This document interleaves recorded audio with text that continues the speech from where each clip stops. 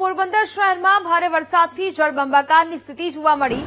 ખાડીકાંઠાના રહેણાંક વિસ્તારમાં જળમગ્ન જેવી સ્થિતિ જોવા મળી છે। છેલ્લા 3 દિવસથી સમગ્ર વિસ્તારમાં પાણી ભરાયા છે।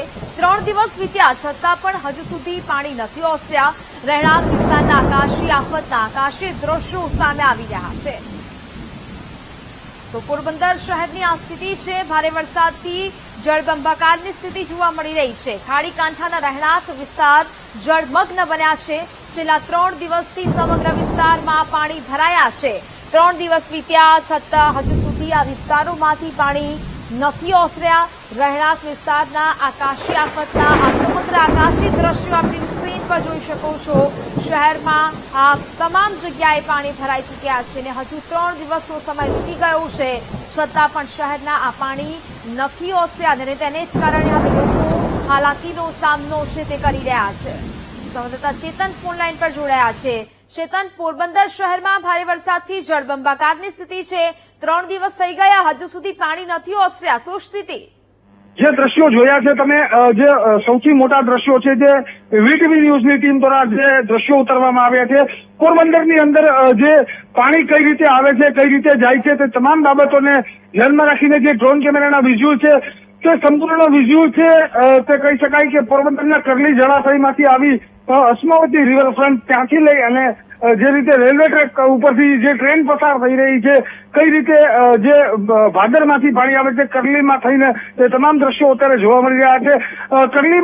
કરલી જળાશય થઈ અને સંપૂર્ણ પાણી છે તે કલિયા પ્લોટ અને જલારામ કોલોની થઈ તે વિસ્તારની અંદર પાણી ફરી વળ્યા હતા। તે બાદ ઝુંડાળા વિસ્તાર જે છે કહેવાય છે, ઝુંડાળા વિસ્તારની અંદર પણ પાણી ફરી વળ્યા છે।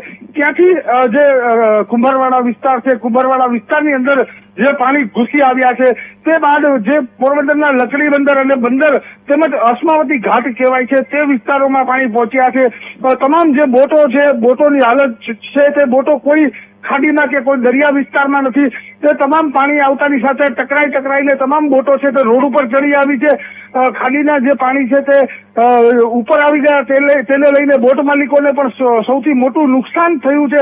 આ ઉપરાંત પોરબંદરના કુંભારવાડા વિસ્તારની અંદર એક માછોડા જીટ એટલે 10 ફૂટથી વધારે પાણી જે કુંભારવાડા વિસ્તારમાં આવ્યું છે તેવા દ્રશ્યો પણ અત્યારે જોવા મળી રહ્યા છે। સંપૂર્ણપણે પોરબંદર છે તે જળમગ્ન બન્યું છે। અવારનવાર સરકારને રજૂઆત કરી હતી, નગરપાલિકાને રજૂઆત કરી હતી કે જે પાણી નિકાસના જે તમે ખાડા ખોલ્યા છે તે સમતળ કરો, તેને પાઇપલાઇન ફીટ કરો, તો તમામ પાઇપલાઇનના માધ્યમથી પાણી છે તે દરિયામાં વહી જશે। પરંતુ 1.5 મહિનો થઈ ગયો, વરસાદ રહી ગયો છતાં સરકાર લોકમેળાના જે આયોજન છે તેની અંદર પડી ગઈ હતી। નગરપાલિકા લોકમેળાની અંદર મલાઈ તારવા પહોંચી ગઈ હતી, પરંતુ લોકોની સમસ્યાની મલાઈ છે તે નગરપાલિકા તારવી ના શકી। નગરપાલિકા લોકમેળાની પાછળ પડી ગઈ, એમાં લોકો છે તે પાણીમાં ગરકાવ થઈ ગયા છે। કરોડો રૂપિયાના જે નુકસાનની વાત છે, પોરબંદરની અંદર 5000 કરતા પણ વધુ મકાનો છે તે પાણીમાં હજુ પણ ચોથા દિવસે પણ ગરકાવ જોવા મળી રહ્યા છે। લોકોની સમસ્યા ક્યારે હલ થશે, આવી જે સ્થિતિ હતી 40 વર્ષ પહેલા જે 1983માં જે પાણી આવ્યું હતું તે સમયે હતી, તે બાદ પહેલી વખત આટલું પાણી આવ્યું છે। 24 કલાકની અંદર જયારે 28 ઇંચ વરસાદ પડ્યો ત્યારે જ નગરપાલિકાને એલર્ટ કરવામાં આવી હતી। પોરબંદરના જિલ્લા કલેક્ટર જે કહેવાય કે તે ગાંધી સાબિત થયા હતા પોરબંદર માટે। તમામ રોડ રસ્તા ખોદાવી નાખ્યા હતા, પાણીના નિકાસ માટેની તમામ જરૂરિયાતો છે તે પૂરી કરવામાં આવી હતી, પરંતુ તે કલેક્ટરની તત્કાલીન કલેક્ટર જે હતા ડીકે લાખાણી, તેની તાત્કાલિક બદલી કરી નાખવામાં આવી છે અને તેને પોરબંદર માટે જે કર્યું છે તે અત્યારે 50% પોરબંદર નથી ભોગવી રહ્યું। જો કલેક્ટર કદાચ ન આવ્યા ને એ સમયગાળામાં તો અત્યારે પોરબંદર સંપૂર્ણપણે પાણીમાં ગરકાવ થયું છે અને એ દ્રશ્યો જે છે તે અત્યારે જોવા મળી રહ્યા છે। માત્ર ને માત્ર કુંભારવાડા, ઝુંડાળા, ખાડીકાંઠા વિસ્તાર, કડિયા પ્લોટ વિસ્તાર, આવા વિસ્તારોમાં પાણી ઘૂસ્યું છે। જો સરકાર હજુ પણ ધ્યાન નહીં દે, પોરબંદર નગરપાલિકા ઉપર હજી પણ સરકાર ટકોર નહીં કરે તો આવનારા દિવસો પોરબંદર માટે અતિ ખતરનાક છે, કેમ કે અવડો મોટો દરિયો છે, પાણી સમાવેશ કરી લે છે, છતાં તેના નિકાસ માટે જે કહેવાય નગરપાલિકાએ એક પણ પાઇપલાઇન મૂકી નથી। સરકાર લાયનના પાણી, ગંદા પાણીનો નિકાસ છે તે કરવા માટેની પાઇપલાઇન રાતોરાત ફિટ કરી દે છે, તેની અંદર આટલા વિરોધ થાય છે છતાં તે ગંદા પાણીનો નિકાસ કરવા માટે સરકાર પાસે મોટું આયોજન છે, પરંતુ પોરબંદર શહેરના લોકો જયારે આટલા બધા હેરાન થાય છે, પરેશાન થાય છે, તો એક પાઇપલાઇન પાણીના નિકાસ માટેની દરિયામાં મૂકવામાં આવી નથી।